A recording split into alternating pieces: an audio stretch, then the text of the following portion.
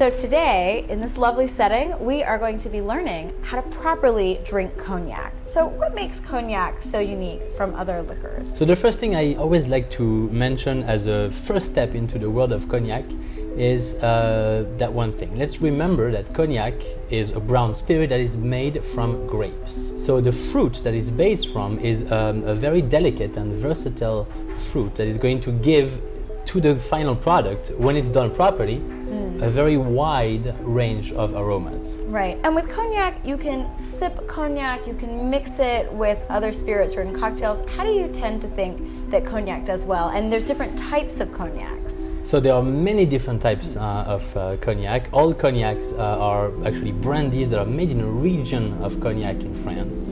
And the traditional way when you think about cognac is of course the after dinner drink. But yes, cognac is also a very mixable spirit. One example is actually a very classic cocktail that you can find in many bars, which is very simply called the sidecar. And when you're thinking of cognac to sip versus cognac to mix, what should you be looking for? So usually what the difference that you make here is that you're looking at the age of the cognac. If you're looking at a young cognac, more often than not is going to have some, let's say, fresh aromas of fresh fruit, some fresh white fruit, like maybe some pear, some apple, this kind of impression.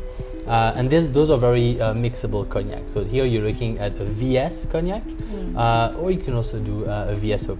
And tell me about the cognac we're going to drink today. So what we have in front of us is a decanter of Louis XIII. To say in a few words, it is 100 years of passion and work in this decanter. So this is not something we'd want to mix with anything else. This is not something I recommend to mix with anything else, and actually even not to pair with anything else. But really, I want to focus here on when we're going to taste together. The olfactive sense is very important.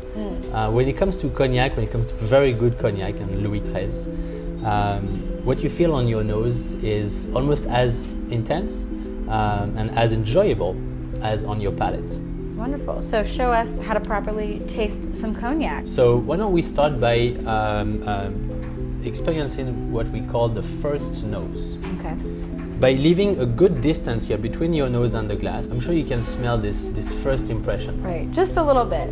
It's delicate. So the second step, you bring it up a little bit and just stop at your chin. So you have your second impression here, which is, so from the flowers, now we're more into the dried fruits. And the last step, if you come much closer here, is the spicy component.